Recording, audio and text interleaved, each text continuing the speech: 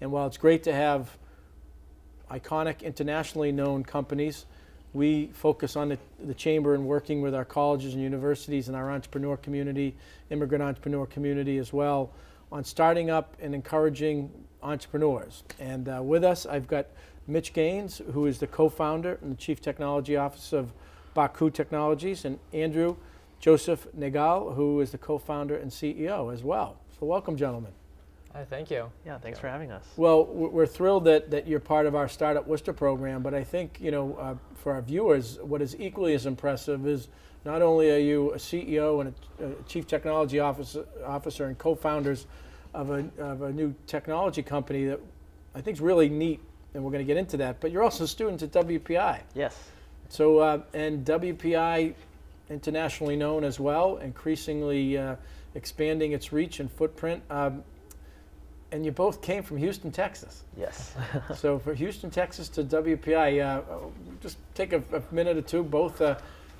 How's your experience been in Worcester and Central Mass? Well, it's very cold here compared to Texas for sure. Yeah. So over the past couple of years, been getting used to the weather, and but it's been a nice experience, nice change of pace. Good stuff. Yeah, and I second everything you said. It's a very different culture, a lot colder up here, but I'm glad I'm here. Yeah, well, we're glad you're here too. So, why don't you tell us a little bit about your company? I think just to set it up a little bit for our viewers and for those who are frequent viewers, they've heard me say this, but when you look at the Central Mass economy, the biggest employers are healthcare, followed by higher ed, financial services, manufacturing, and then we've got this growing innovation space, which is sometimes a blend of those sectors, and that's what you guys are doing. Yeah. So, as you're saying, we're very interested in healthcare innovation. So here at our company, we develop medical devices geared towards physical therapy, rehabilitation, and injury prevention. So oftentimes, because of a lack of resources, whether it might be hospital staffing or what insurance can provide, unfortunately, these areas of the medical field may be overlooked. So we're looking at developing technologies in order to make these aspects of the medical field more accessible and improve healthcare as a whole. Right, and that's the big, that's the golden coin, if you will, is improving healthcare outcomes to move people along, prevent people coming from back into the hospital, and that's some of the technologies that you're talking about. Exactly. Right. Yeah, our flagship product right now is actually a device that prevents pressure ulcer formation on wheelchair users, and we'll talk about that later, but that kind of shows what we do as a company.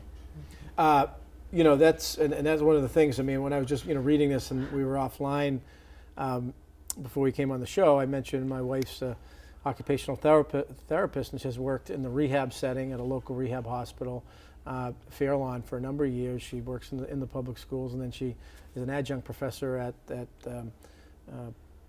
Assumption College, teaching intro to OT and PT. And one of the things, your flagship project is about active bed sore prevention. So Yes. Wheelchairs, but also you oftentimes hear for people who are in a rehab setting or in the hospital for long periods of time, for one injury, the bed sore thing comes in and complicates and creates a whole set of costs and issues, right? Right, and people who develop a bed sore can expect to spend upwards of $100,000 and go through months of treatment and rehabilitation to get it fixed. It's a very serious issue, and the research that we've done, we found that wheelchair users in particular, 9 out of 10 of them that are lifelong wheelchair users will develop one at some point in their life.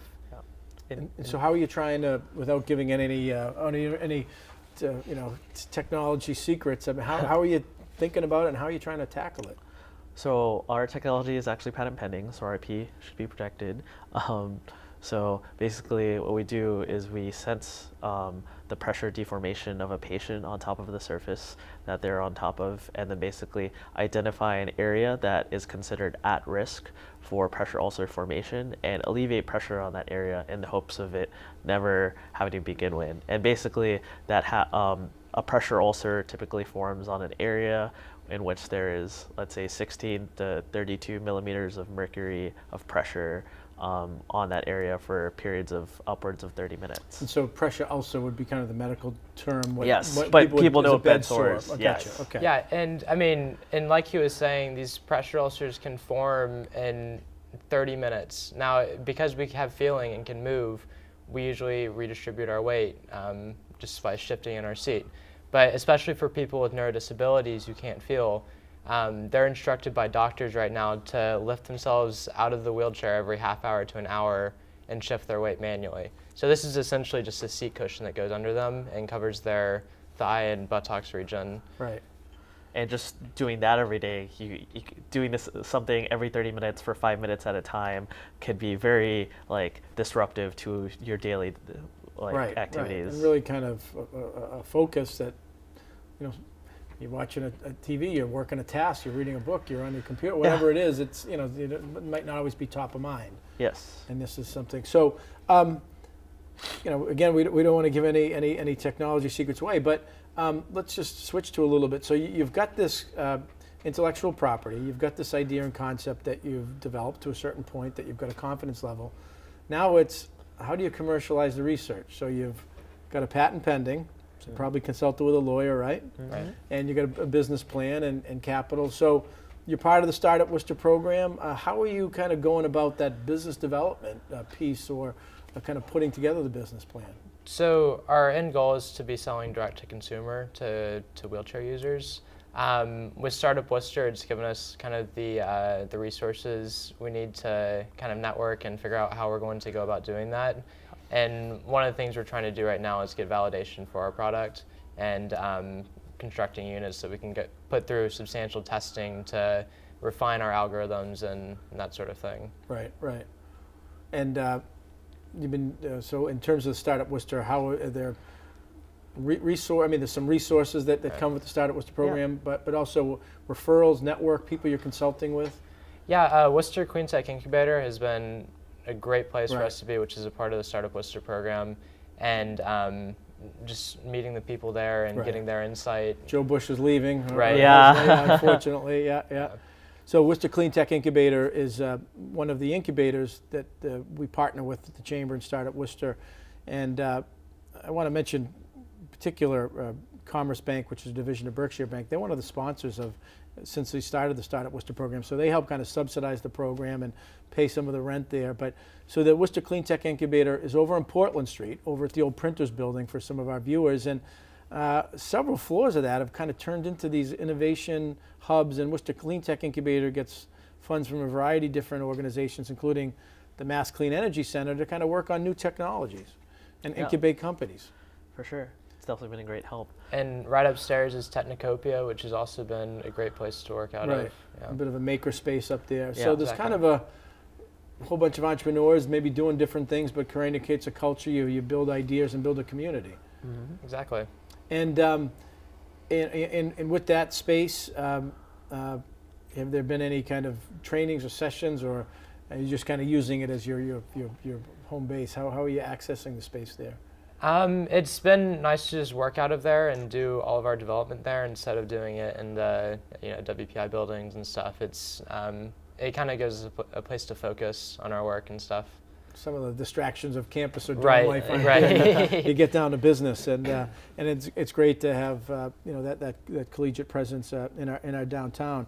So you're looking to test this, but you've had some recognition already, right? You were recognized in 2017.